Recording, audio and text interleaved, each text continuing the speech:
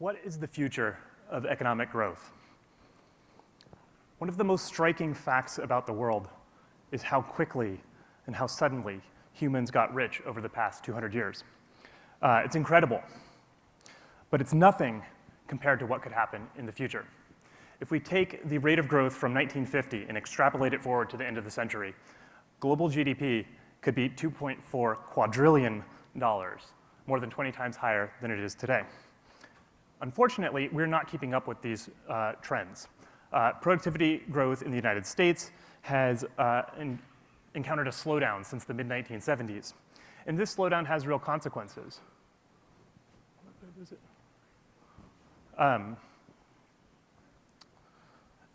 Think about your annual salary. Hold that number in your head. And think about how your life would change if that number doubled. That's about the magnitude of the cumulative effect of the slowdown, and it has led economists to call this period that we're in the Great Stagnation. Now, some people don't believe economic statistics, so let's look at a little bit of other data. This primary energy use per capita grew at about 2% per year from 1800 to the mid-1970s, and then it faltered. And if the trend had continued, we'd have access to about 3 times the amount of energy that we do today. What would we use that energy for? How about fly faster? In the mid-1970s, we got Concorde, which went across the Atlantic at Mach 2. But today, it flew for 27 years, but today we don't have access to any supersonic airplanes. You can't fly supersonic at any price. And in fact, we're flying slower across the Atlantic today than we did in the late 1950s. Drug R&D has also regressed, at least when you control for the dollar amount that we put in. There's likely a lot of reasons for this, but if you take as a baseline the R&D effectiveness from 1961, which was the year before Congress changed the FDA approval rules, we were missing about 20,000 drugs off of the market. And finally, let's take an international comparison. Since 2008, China has deployed 40,000 kilometers of high-speed rail, and the US has deployed 0, despite the fact that in the 2009 stimulus, $8 billion was earmarked for high-speed rail. So why are we stagnating? Economists are divided on this question. And one camp of economists thinks it's because we've picked the low-hanging fruit. We can only get the benefits of discovering electricity or chemistry or the internal combustion engine once. And once we work through all those benefits, all that's left is more complex inventions. In other words, ideas are getting harder to find. Now, I don't think that explains the Great Stagnation. I think ideas are getting harder to use. As we have gotten richer, we have become more complacent. As a society, we have become unwilling to bear the costs of doing great things. Here are the rules. No one may be inconvenienced. No one may get hurt. No jobs may be lost. Within those constraints, you can innovate all that you want. These social values, what they lead to is intractable policy problems, vetocracy, preemptive safety regulation, make-work policies. We're unwilling to bear the costs, and that is what is holding us back from an abundant future. This is the cheapest house that is for sale in Palo Alto, California.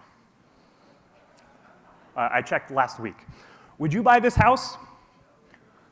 If we want abundant housing, we need to make it possible to convert this extremely valuable land into more housing. However, the local vetocracy makes that impossible. There's a staggering amount of energy in Earth's crust locked up in the form of heat. Thanks to advances in fracking developed in the shale fields, we now have the technology to harness this geothermal energy and convert it to forms of energy that we can use. This is a massive resource, 40 times bigger than fossil fuels and nuclear fission combined. Unfortunately, if you want to develop a geothermal project on federal lands, you have to go through up to 6 NEPA reviews, and each one of these is an opportunity for public involvement and potentially a lawsuit. We all want new electric vehicles, but there's one problem. Where are we going to get all the batteries? We've effectively made many kinds of mining illegal in this country, and we need not just lithium, but battery metals like nickel, cobalt, and manganese. What if I told you that off the coast of the United States, on the ocean floor, there are nodules made up of battery metals, just sitting there? This picture is from off the coast of Georgia, but there are similar deposits of polymetallic nodules on the Pacific side, too. Unfortunately, no one has been licensed to collect these commercially. There is a drought afflicting the western half of the United States. However, we actually have the technology to permanently end water scarcity if we only wanted to. This is a desalination plant that happens to be from Singapore.